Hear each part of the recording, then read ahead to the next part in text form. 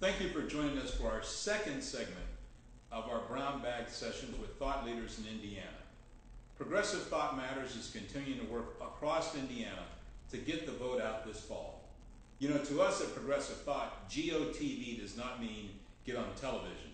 It means get out the vote. And that's what we're doing each day. Across the state, our staff is going to see thousands of voters to remind them that they can vote on or before November the 8th. But as part of that effort to better educate our voters, we host a series of just informal chats with true thought and opinion leaders around the state. Joining me today is Jim Shella, who's been at WISH TV for 34 years, and before that was in politics reporting for another 6.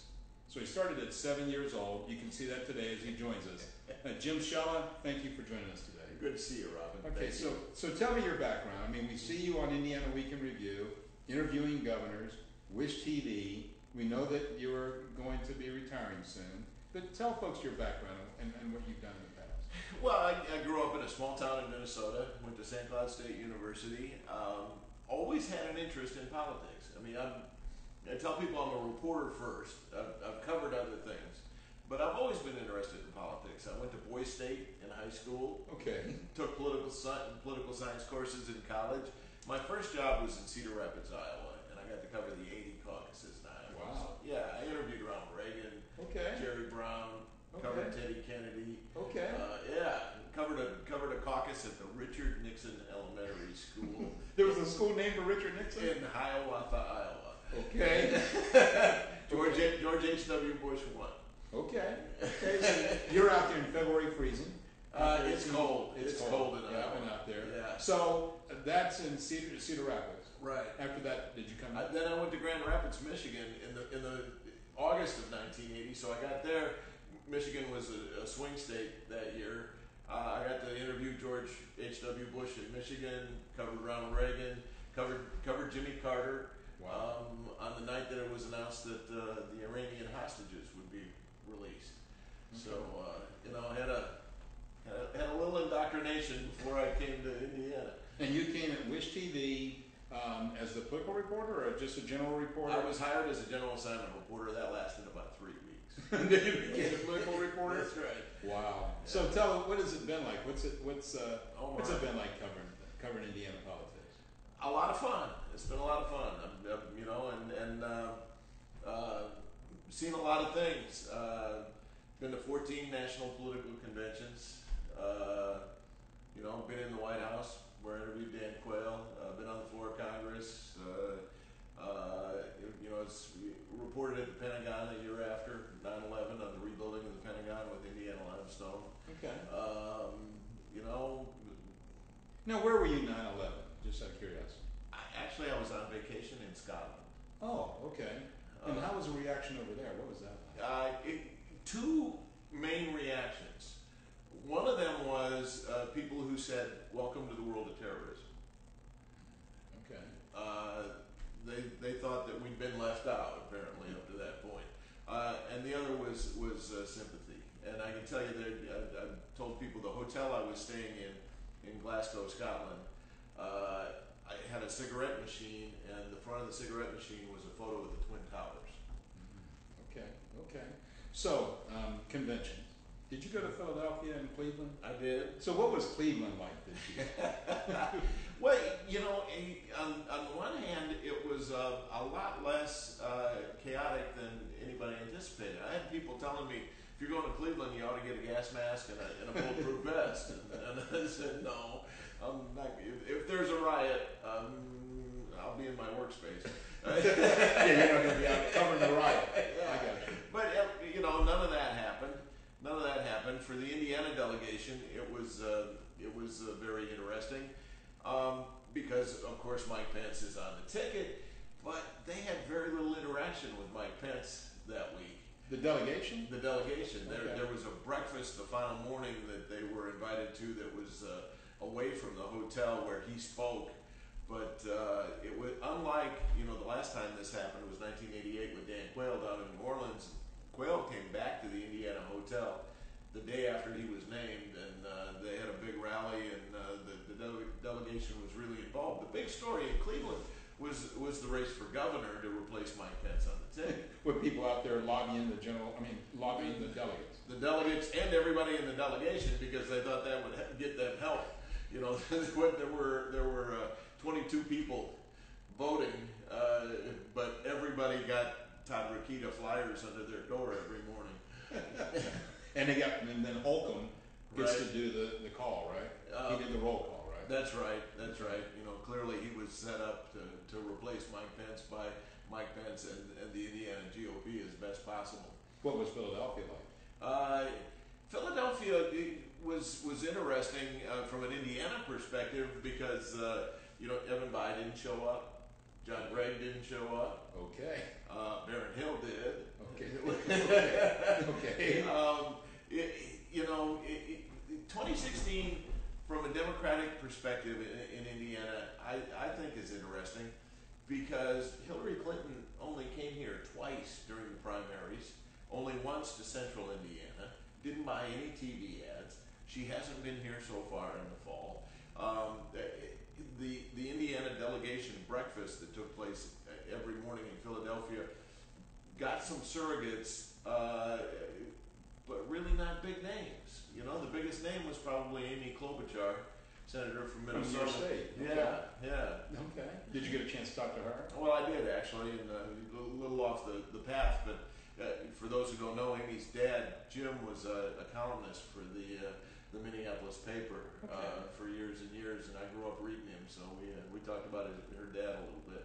That's very good. Yeah. Okay, so what do you think? You watched the debate last night, covered the debate last night. Yeah. Just what do you think? What do you think? What I thought was, I thought Hillary Clinton won. I thought her demeanor was better. Her facts were better. But it wasn't a home run. She didn't. The people who support Trump are not going to be turned off by a marginal defeat. The fact that he didn't provide a lot of facts, that he used too much hyperbole, those are all things we're used to. Right. Yeah. Interrupted the moderator. Right. It's the first debate I've seen, though, and maybe because you covered them, where people booed and hissed and clapped in a presidential debate. I guess I can't cite an example, but I think it's happened before. Okay. I think Lester Holt had to admonish the audience one time in the middle, and you don't want to see that happen. No. I think Donald Trump enjoyed that. I mean, he's all about getting the crowd behind him. And he did that last night. Yeah, he's a performer. He's a performer. He's used to reality TV. Well, that's true. Okay. That's true. And I said Hillary Clinton's body language to me was interesting. She had this appearance as if to say, "You're not going to get to me." I said it's how I look when I go to the in-laws. So, put up the wall. Yep. Okay. Yep. All right. Now, Jim, you got a gubernatorial race here. You got a United States Senate race here. If you don't want to believe it, look at WBAYH, a new television station that's appeared here that's buying every ad, and WYOUNG. They're buying a lot of ad time.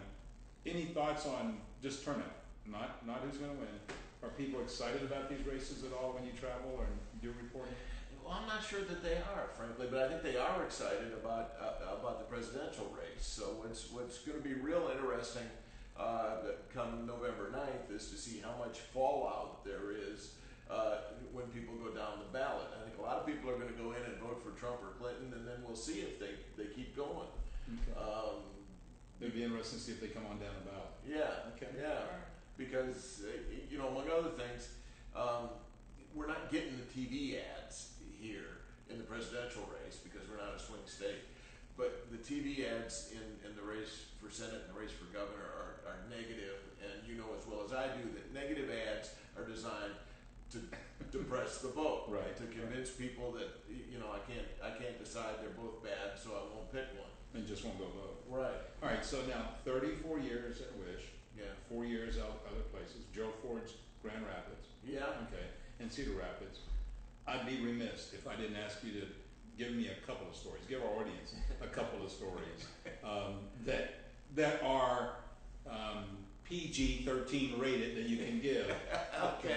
to tell Well, us. I will tell you, the first time I ever met Joe Ford, he was coming back to Grand Rapids to campaign for a congressional candidate,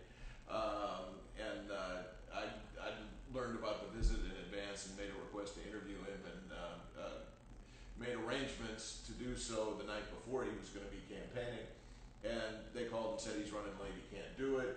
I said, how about we go there and set up, and if